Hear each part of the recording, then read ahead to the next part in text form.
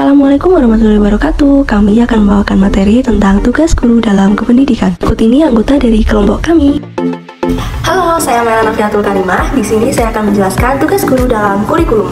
Kurikulum adalah seperangkat rencana dan pengaturan mengenai tujuan, isi, dan bahan pembelajaran serta bahan yang digunakan sebagai pedoman penyelenggaraan kegiatan pembelajaran untuk mencapai tujuan pendidikan tertentu.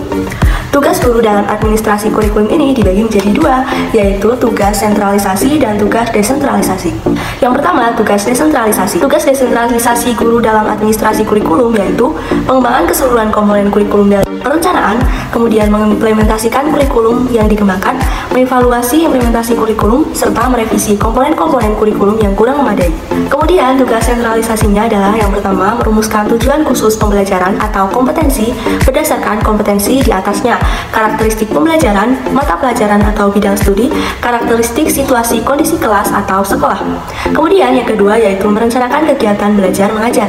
Yang ketiga menerapkan rencana atau program pembelajaran yang dirumuskan dalam situasi pembelajaran yang nyata dan mengevaluasi hasil program belajar pada pembelajar serta mengevaluasi interaksi antara komponen-komponen kurikulum dalam perencanaan. Perkenalkan, saya Wahyu Santi, NPM 212030638 akan memaparkan materi tentang tugas guru dalam administrasi kesiswaan. Administrasi kesiswaan sendiri itu kegiatan administrasi yang berkaitan dengan siswa, kegiatan siswa, dan lainnya. Administrasi kesiswaan dilakukan agar transformasi siswa menjadi lulusan dan dikehendaki oleh tujuan pendidikan yang telah ditetapkan dapat berlangsung secara efektif dan efisien. Untuk fungsi administrasi kesiswaan yaitu mengetahui secara umum kondisi siswa yang sedang mengikuti pembelajaran setiap tahunnya, merencanakan jumlah siswa yang dapat direkrut untuk tahun pembelajaran berikutnya, sebagai masukan dalam perencanaan RAPBS. Itu tugas guru dalam administrasi kesiswaan yaitu semua proses pembelajaran siswa baru dari tahap awal hingga akhir, pengelolaan data siswa terkait kegiatan belajar mengajar, pengelolaan kelas sebagai penunjang utama dan kegiatan dalam kegiatan belajar mengajar. Selanjutnya yaitu tugas guru dalam administrasi sarana dan prasarana. Sarana prasarana yaitu semua benda bergerak maupun yang tidak bergerak yang diperlukan untuk menunjang penyelenggaraan proses belajar mengajar baik secara langsung maupun tidak langsung. Kegiatan dalam administrasi sarana dan prasarana yaitu perencanaan kebutuhan, pengadaan sarana dan prasarana pendidikan, penyimpanan sarana dan prasarana pendidikan, inventarisasi sarana dan prasarana pendidikan, memelihara sarana dan prasarana pendidikan, penghapusan sarana dan prasarana pendidikan, pengawasan sarana dan prasarana pendidikan. Tugas guru dalam administrasi sarana dan prasarana yaitu melakukan pengawasan terhadap praktik-praktik bagi siswa yang menggunakan sarana dan prasarana, inventarisasi alat atau fasilitas juga menjadi pekerjaan guru yang cukup penting. Apabila dari beberapa kekurangan yang fasilitas yang diperlukan dalam proses kegiatan belajar mengajar, maka sudah menjadi peran guru untuk memenuhinya. Untuk materi yang ketiga yaitu tugas guru dalam administrasi personalia. Personal adalah golongan petugas yang membidangi edukatif dan yang membidangi kegiatan non-edukatif atau ketatahusahaan. Tujuan administrasi personal yaitu menghitung ketersediaan jumlah tenaga berdasarkan jumlah belajar pada tiap-tiap kelas sehingga tidak terjadi overload pada jam pelajaran. Yang kedua, sebagai dasar perencanaan penambahan dan pengembangan khusus untuk tenaga pendidik, administrasi juga mencatat distribusi mengajar dan beban jam pelajaran pada setiap semester. Untuk tugas administrasi personalia yaitu guru berperan melakukan pencatatan dan meliputi kehadiran guru atau karyawan, surat masuk dan keluar, beserta inventarisasi keberhasilan, informasi hasil rapat oleh dewan guru maupun pegawai. Yang terakhir adalah pencatatan lain yang terkait dengan lembaga. Terima kasih. Assalamualaikum warahmatullahi wabarakatuh. Perkenalkan, nama saya Fatimah Nani Putri. Di sini saya akan menjelaskan mengenai tugas guru dalam administrasi keuangan, tugas guru dalam administrasi hubungan masyarakat, dan tugas guru dalam bimbingan konseling.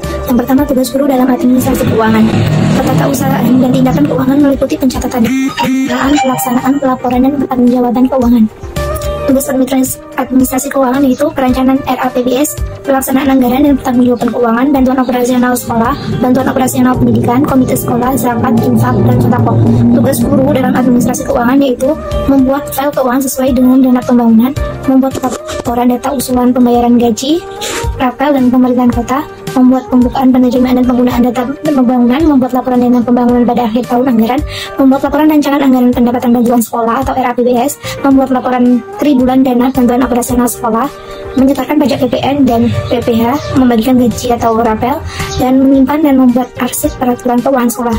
Selanjutnya, tugas guru dalam administrasi humas. Sekolah sebagai suatu sistem sosial merupakan bagian integral dari sistem sosial yang lebih besar yaitu masyarakat. Kegiatan administrasi humas yaitu ada kegiatan internal dan kegiatan eksternal. Kegiatan internal yaitu publisitas ke dalam yang sasarannya warga sekolah, yakni para guru, para tenaga administrasi tata usaha, dan para siswa. Contohnya itu rapat dewan guru, upacara sekolah, dan karya wisata. Selanjutnya itu kegiatan eksternal, diajukan kepada publik atau masyarakat di luar sekolah. Contohnya komite sekolah, konsultasi dengan tokoh masyarakat, dan melayani kunjungan tamu. Selanjutnya yaitu tugas guru dalam bimbingan konseling. Proses pemberian dan pendidikan seseorang dengan keahlian tersebut kepada individu dengan permasalahan atau kendala tertentu, hingga individu tersebut dapat menjadi pribadi yang berkembang dengan baik, termasuk melalui arahan dan belajar dan perencanaan karir. 9 fungsi bimbingan dan konseling. 1. Pencegahan, 2. Pemahaman, 3. Pengentasan, 4. Pemeliharaan, 5. Penyaliran, 6. Penyesuaian, 7. Pengembangan, dan yang ke-9 advokasi. Peran guru dalam pelaksanaan bimbingan konseling adalah membimbing, mengingatkan, memberi nasihat dan memberikan motivasi pada siswa, memberikan penanaman konsep demokrasi, mengembangkan pemahaman diri melalui kehidupan siswa. Selain itu, guru juga melakukan pembiasaan nilai-nilai akhlak pada siswa. Oke, sekian materi dari kelompok kami. Kurang lebihnya mohon maaf. Thanks for watching. Wassalamualaikum warahmatullahi wabarakatuh.